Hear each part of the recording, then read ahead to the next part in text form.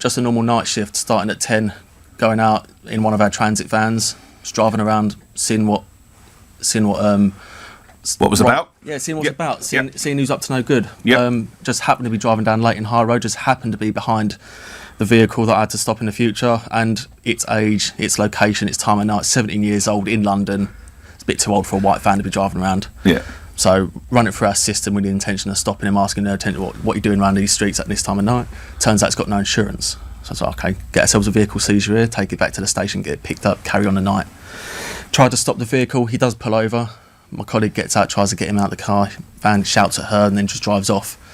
We have probably the world's shortest car chase, about 200, 300 metres down the road. And he stops again just opposite Cooper's Lane in E10. Right. He eventually gets out and I'll bring my van round in front of his, thinking to myself, well, he gets back in his van, my van's in front of his, kind of blocking his escape route. Gets out again, he shouts at my colleague, then walks past me, shouts at me, gets back in his van and tries to leave.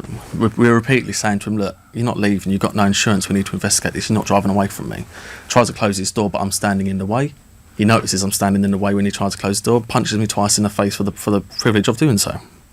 So I arrest him for assault police and he tries to dive into the back of his van, which I didn't know at the time, but he lives there, so what he had back there, I had no idea. Drag him back into the van, we're having a bit of a scuffle in the doorway.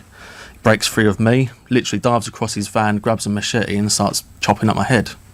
I mean, I only realise 4 or 5 hits in, I'm there fighting him thinking, well, why's my head getting so wet? Then I realise it's not raining, I focus on what he's got and I realise that, well, that's a machete, so this must be blood.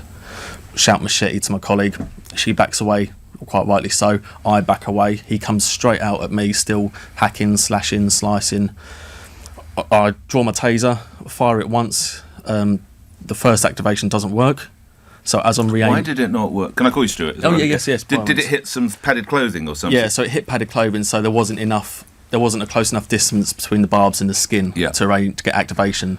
So as per training, I've re-aimed at a different part of his body, pulled the trigger again.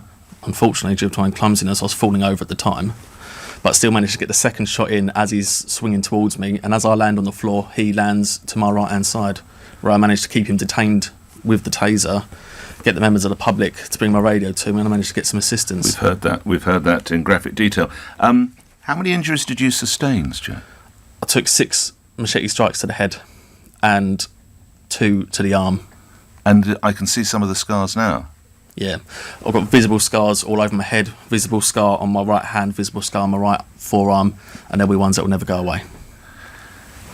Did you always think you would come through it, or were you frightened at any point? There was a point where I'm on all fours, blood's coming out my head like a tap, and I'm kind of thinking to myself, I'm in a little bit of trouble here.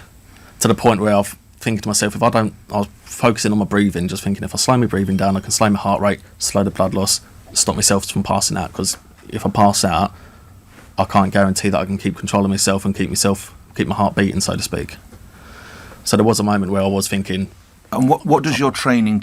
Are you trained as to what to do in that situation? I.e. to just try and focus on keeping breathing and keeping conscious as much as you can?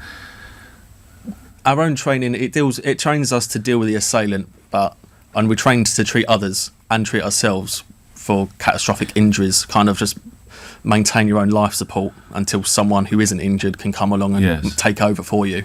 And presumably your colleague then gets involved as soon as she can. As soon as she can, to restrain the bloke and proceed with what happens next. Yeah, she proceeds she secures a knife away and just keeps an eye on him.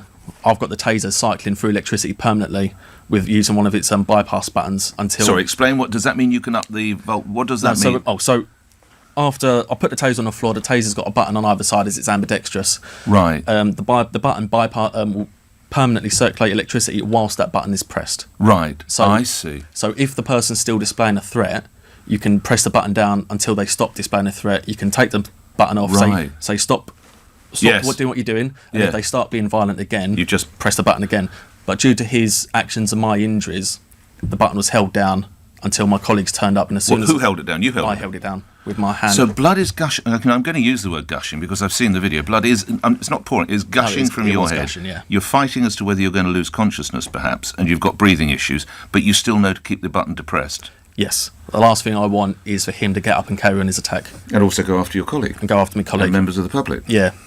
I mean, my size and build, I know I can take a few blows before I go down. But what does that make your boss then? We'll talk to him in his size and build. He could take half of Leytonstone. But just final question before I bring your boss in. I read, and I think I've said, that possibly the taser saved your life. Stuart, is that fair? Your view? Yes.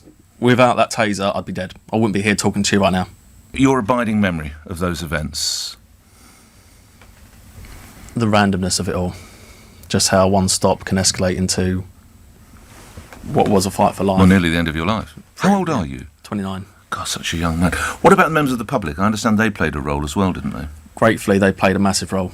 During the scuffle, I dropped my radio, and once I detained Radwan on the floor, I called over to them and they brought the radio over to me. Right. And another member of the public wrapped his jacket around my head to try to some basic first aid until Right. my colleagues turned up. So I'm eternally grateful for the members of the public that got involved and helped me out on that night. OK, and may I ask, are you back at duty yet, or what's the situation? I see you're in uniform. Does that mean you're back on at work? Back at work, literally this week, I'll be gearing up to go back out on the street. OK, so you've had that amount of time off to recover. And do they give you counselling and everything that you require? Because you said that sometimes it helps to talk these things through, I imagine.